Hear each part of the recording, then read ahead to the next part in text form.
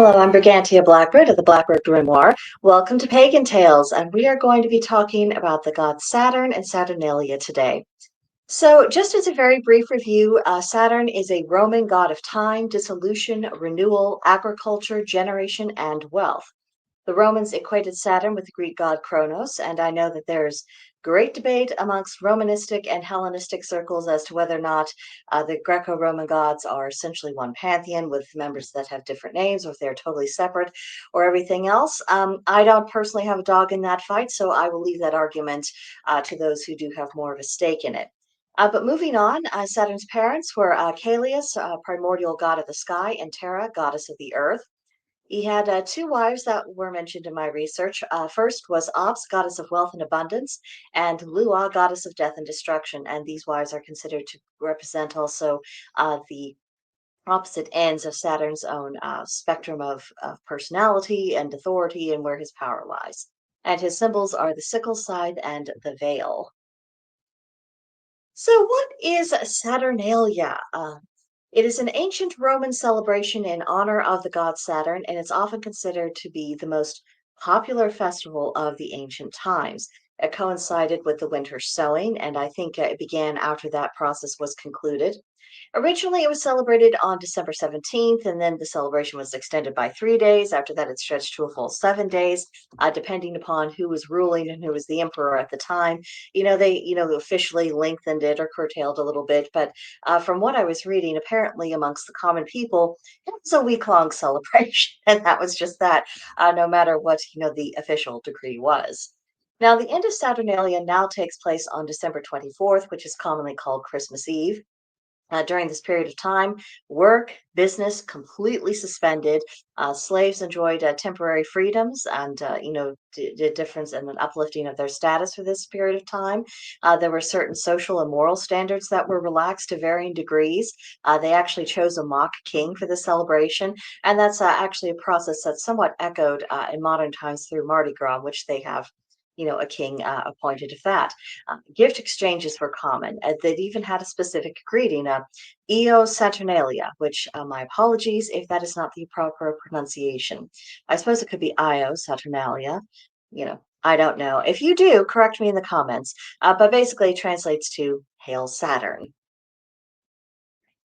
Games and various forms of gambling were common parts of the celebration. Singing and music were prominent. There were extravagant feasts, a great deal of socializing. The king, the lord of misrule, had the duty to make some mischief during this time. He wore fun and exuberant clothes. There was a teasing and lightly insulting of guests, kind of like a stand-up comic. That I think that's the closest thing we could relate it to in modern times. There was chasing of women encouraged, which, let's be real, the Romans didn't need a whole lot of encouragement to do that anyway. He did encourage some sexual license, again, something that the Romans were known for, especially during later periods of their history. This king of Saturnalia, planned spectacles, entertainment. It was all about having a really good time. Homes were decorated with candles and wreaths, and even sometimes I understand trees were actually involved in this with little bits of metal as ornaments. So if you are feeling discouraged that perhaps your tree has more manufactured elements than natural elements, don't feel too badly. The Romans were using metal. So if you're using shiny baubles, that's okay. It's just the modern rendition of that custom. And then we had the role reversals. Slaves didn't just have some freedom. Sometimes the masters and the slaves actually switched places, with the master serving the slaves, or at least eating together and keeping company and having a more informal relationship during this time. So, does any of this sound familiar, my friends? Yeah, I think it's pretty obvious that Saturnalia celebrations were, in many ways, carried right on, and through the centuries, they were influenced somewhat by the Christian era. But what we have ultimately inherited is clearly just a modern rendition of a lot of what Saturnalia was. And together with other cultures' marking of the winter solstice and the Norse Germanic tradition of Yule, it's quite apparent that this biggest holiday of the year is firmly rooted in pagan tradition. And this is why the popularity of Christmas endures, even though the practice and interest in Christianity itself has gradually lessened over the years. Now, I acknowledge that at the moment we're seeing a bit of a surge. And I want to talk about that a little bit more in the coming new year when I have some discussions about what it means to come out of the age of Pisces, what it means for us going into Aquarius, and what that'll ultimately result in once a few thousand years from now, we move into the age of Capricorn. But the short version of this is essentially is that throughout the age of Pisces, it came as a flood and it flooded over everything.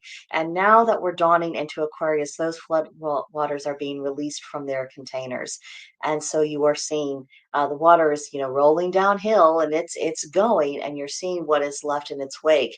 And what's left in its wake is a lot of older traditions and older ideas. So while we are kind of seeing that surge, we're seeing that last flood, but it's just that vessel of water being emptied. So I don't want anyone to be, too concerned about what we're seeing right now. It may be a bit of an annoyance to some of us in the pagan faith. However, they are on the way ultimately. But regardless of faith, these celebrations and these their various forms, they're part of the Western world on the cultural level. It is deeply embedded into our psyche. This is not something that is going away. As long as you have essentially, Europeans and people of European descent and those who have integrated into those societies and embraced the customs, Saturnalia, winter solstice celebrations, Yule, even Christmas, it's going to keep going on and enduring. And over the centuries, these traditions, they blended together, they evolved into what we're familiar with today, and that organic process will continue to take place.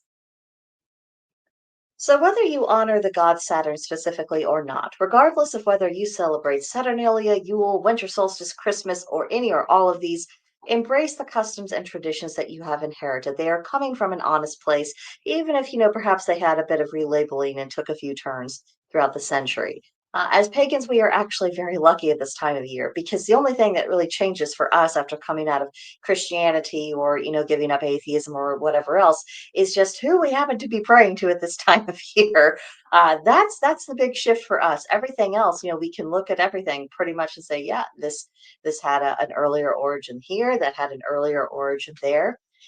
We're just we get to really be ourselves during this time of year. So on that note, hail Saturn, keep the Saturn in Saturnalia, and I hope you all will come back next week when we have the conclusion for the Gods of Yuletide edition of Pagan Tales, as well as the conclusion for the Pagan Tales series.